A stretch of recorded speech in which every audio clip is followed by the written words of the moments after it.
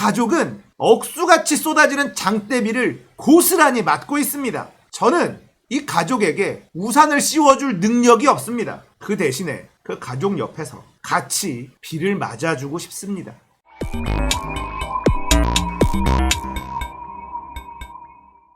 안녕하세요. 딱딱한 뉴스를 쉽고 재밌게 풀어드리는 시사건건 홀수영입니다. 자, 이번에 다룰 이야기는 부산대는 조민양이 아무 죄가 없다는 걸 스스로 밝힌 셈이다 이야기입니다. 자, 어제 부산대에서 조민양의 부산대 입학 취소에 대한 이야기를 꺼냈습니다. 기자회견을 했죠. 전 국민에게 알렸습니다. 그런데 내용을 자세히 들여다보면 취소 결정을 내린 것도 아니고 취소 결정을 할 수 있어 라고 이야기한 겁니다. 그리고 그 발표를 했던 사람이 부산대 의전원 부총장님이었는데 이 양반이 이런저런 얘기들을 많이 했어요. 그 얘기들을 좀 살펴보면서 부산대 이 발표가 얼마나 어처구니 없는 일인지, 그리고 정경심 교수의 재판이 얼마나 말도 안 되는 재판이었는지 살펴보도록 하겠습니다. 자, 부총장이 무슨 얘기를 했냐면 조민 씨의 서류 평가에서 전 대학 성적이 3위, 공인 영어 성적은 4위였다. 그리고 자기소개서에도 허위 경력과 동양대 표창장 내용은 인용하지 않았고 의료 봉사 활동에 관한 것이 주 내용이었다. 이렇게 말했습니다. 자, 이 얘기를 찬찬히 들여다볼 필요가 있습니다. 검찰과 법원이 거짓말이다 라고 생각하고 있는 그 허위 경력, 표창장 위조, 이건 입학에 1도 영향을 주지 않았다 라고 고백을 하고 있는 겁니다. 자, 이게 왜 중요한 얘기냐면요, 정경심 교수의 재판하고도 이어집니다. 자, 정경심 교수의 재판은요, 입시 비리에 초점이 맞춰져 있습니다. 처음에는 사모펀드였잖아요. 몸통이 정경심이다, 정경심 펀드다. 원래는 조국을 잡으려고 했는데 조국 전 장관이 아무런 연관이 없다는 게 밝혀지자 마누라로 몰고 간 거예요. 그런데 그것도 아무 연관이 없고 오히려 피해자라는 것만 드러났죠. 그러니까 입시 비리로 몰고 갑니다. 검찰 입장에서는 이제는 뭐라도 잡아야 되는 상황이 된 거죠. 아무 죄 없는 사람을, 아무 죄 없는 가족을 탈탈탈 털고 괴롭혔으니 뭐라도 잡아내야 되는 상황이 된 겁니다. 그래서 나온 게 입시 비리예요. 자, 정경심 교수의 재판은 권력형 비리, 이런 무시무시한 것들은 다 사라져버리고 입시 비리로 좁혀진 겁니다. 자, 입시 비리의 핵심이 뭐냐면 허위 경력을 제시를 했고 표창장을 위조를 해서 이 부산대 의전원의 입시에 업무 방해를 했다. 이게 핵심인데요. 부산대는 우리는 법원에서 지금 판단을 받고 있는 그 영역은 입시에 전혀 반영되지 않았다고 고백하고 있는 겁니다. 검찰과 법원이 부산대가 입시에 대한 업무 방해를 심각하게 받았다라고 판결을 내렸는데 정작 업무 방해를 받은 당사자인 부산대는 우리는 업무 방해를 받은 적이 없어요 라고 얘기하는 거예요. 자, 이게 얼마나 웃긴 얘기인지 감이 좀 잡히시나요? 검찰과 법원이 피해자라고 지목한 사람이 나 피해 입은 게 없는데? 이러고 있습니다. 그런데도 아니야, 넌 피해자야. 그러니까 정경심 교수는 유죄, 부산대에 피해를 줬어. 이렇게 판결을 내린 거예요. 피해자라고 지목한 곳이 피해를 입은 게 없어. 이런 재판이 성립한다는 게 말이 됩니까? 너무 말이 안 되잖아요. 자, 이걸 쉽게 예를 들어서 한번 표현해 볼까요? 검찰이요, 저보고 넌 폭행범이야 이러는 거예요. 왜요? 너 쟤를 때렸잖아. 그러니까 넌 폭행범이야. 근데 맞았다는 사람이 나 안 맞았는데요? 이러고 있는데도 넌 폭행범, 유죄. 이러고 있는 상황이라는 거예요. 대명천지에 이런 재판이 어디 있습니까? 어제 부산대 발표에서 드러난 것은 바로 이 점이에요. 정경심 교수의 재판이 얼마나 어처구니 없고 말이 안 되는 재판인지 부산대 발표를 통해서 확인할 수 있었습니다. 자, 정경심 교수 항소심, 거기서 재판장이 징역 4년을 때리면서 뭐라고 했는지 한번 볼까요? 교육기관의 입학사정 업무를 방해했고 입시제도의 공정성에 대한 우리 사회의 믿음을 심각하게 훼손했다. 그런데 피해자로 지목된 당사자인 부산대는 우리는 아무런 피해를 입지 않았습니다 라고 얘기하고 있어요. 유죄가 성립될 수 있을까요?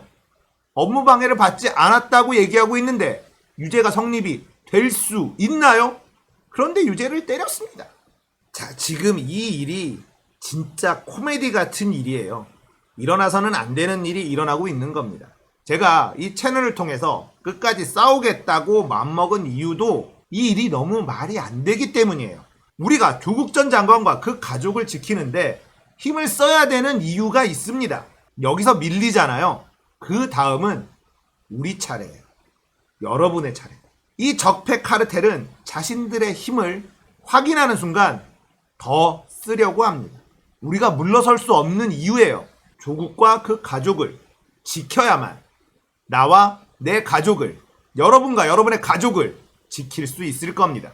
우리가 다시 암흑의 시대로 들어가야 되겠습니까? 대한민국의 역사는 국민들이 계속 바로잡으려고 했던 역사입니다. 하지만 제대로 마무리된 적이 없죠.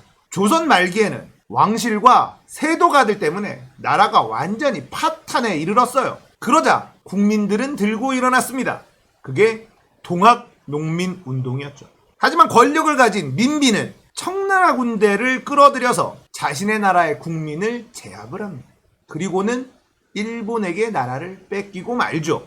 그렇게 일제시대를 겪은 후 독립을 합니다. 이승만 정부가 들어서요. 이승만은 국민들을 학살했고 독재를 일삼다가 4.19 혁명이 일어나서 추방당하죠. 국민들이 다시 들고 일어나서 독재자를 축출하는 데 성공합니다. 그런데 박정희가 쿠데타를 일으킵니다.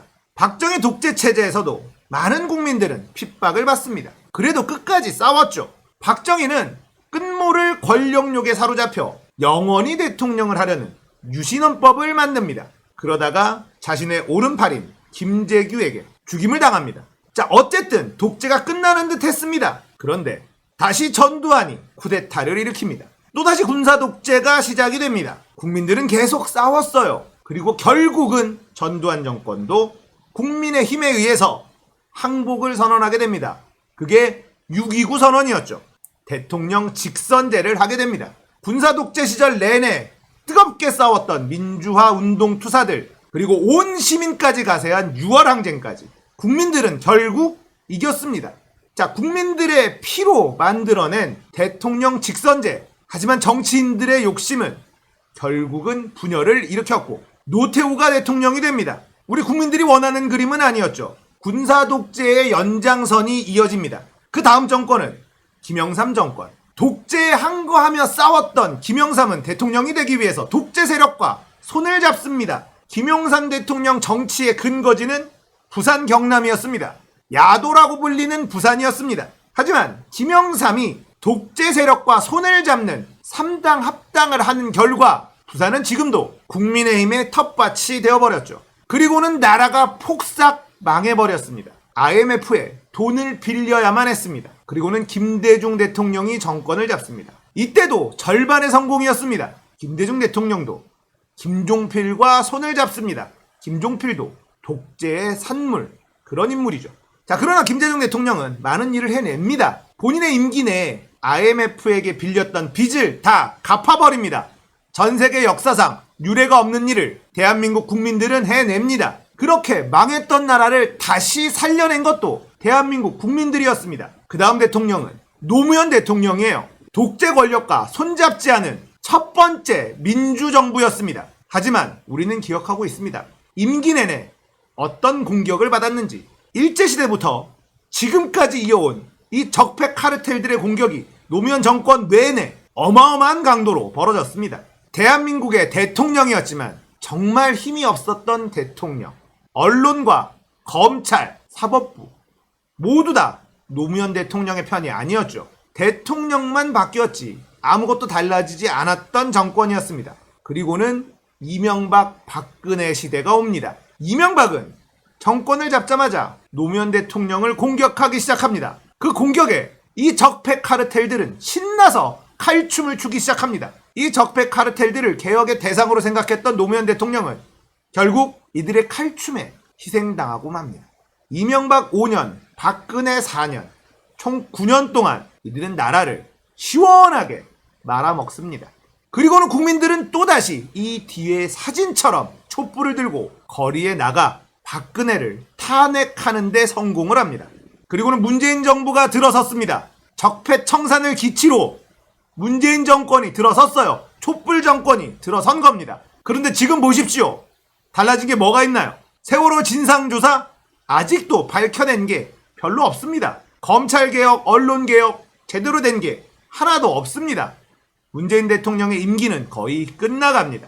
이들은 여전히 강력한 힘을 가지고 칼춤을 추고 있습니다. 자신들의 힘에 대항하는 사람들은 전부 다 죽일 기세죠.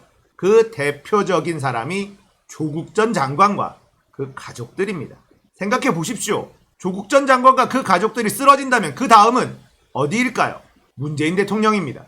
조국 전 장관에게 검찰 개혁을 지시했던 사람이 누구입니까? 문재인 대통령입니다. 한반도의 역사는 기득권들과 국민들의 치열한 싸움의 역사입니다. 국민들이 승리한 것 같지만 기득권층의 대장만 바뀌었을 뿐 사실 달라진 게 거의 없죠. 일제 부역자들을 제대로 청산하지 못한 역사가 지금까지 이어오고 있는 겁니다. 동학운동, 4.19 혁명, 6월 항쟁, 촛불혁명 이렇게 국민들이 들고 일어나서 나라를 복구하려고 시도했지만 잘 안 된 역사. 이게 한반도 대한민국의 역사입니다. 조국 전 장관과 그 가족이 당하고 있는 이 수모를 보면 이 역사의 반복입니다. 하지만 이제는 우리가 이 역사를 반복할 수는 없지 않습니까? 그래서 조국 전 장관과 그 가족을 우리가 지켜야 된다는 겁니다. 지키지 못한다면 이 역사는 또 반복될 겁니다.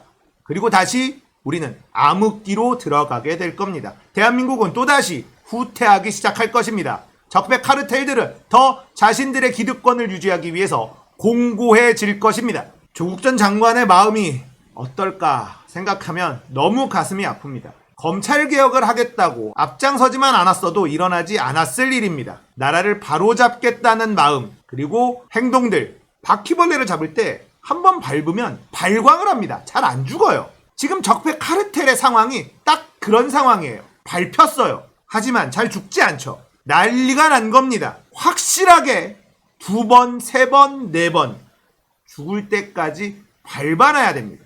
박멸하기 위해선 그래야만 해요. 어설프게 개혁하려 했다간 이렇게 역공에 당하기 마련입니다. 너무나 힘든 상황에 놓여있는 조국 전 장관과 그 가족들, 저는 그 곁에서 조금이나마 힘이 되고 싶습니다. 이 가족은 억수같이 쏟아지는 장대비를 고스란히 맞고 있습니다. 저는 이 가족에게 우산을 씌워줄 능력이 없습니다. 그 대신에 그 가족 옆에서 같이 비를 맞아주고 싶습니다. 이 비를 함께 맞아줄 사람들이 늘어난다면 이 가족은 버틸 수 있을 겁니다. 지금은 버텨야 됩니다. 대한민국에서 반복됐던 불행한 역사를 이제 다시는 반복할 수는 없습니다. 오늘 이야기는 여기까지예요. 공감되셨다면 구독, 좋아요, 알림 설정 부탁드릴게요. 감사합니다.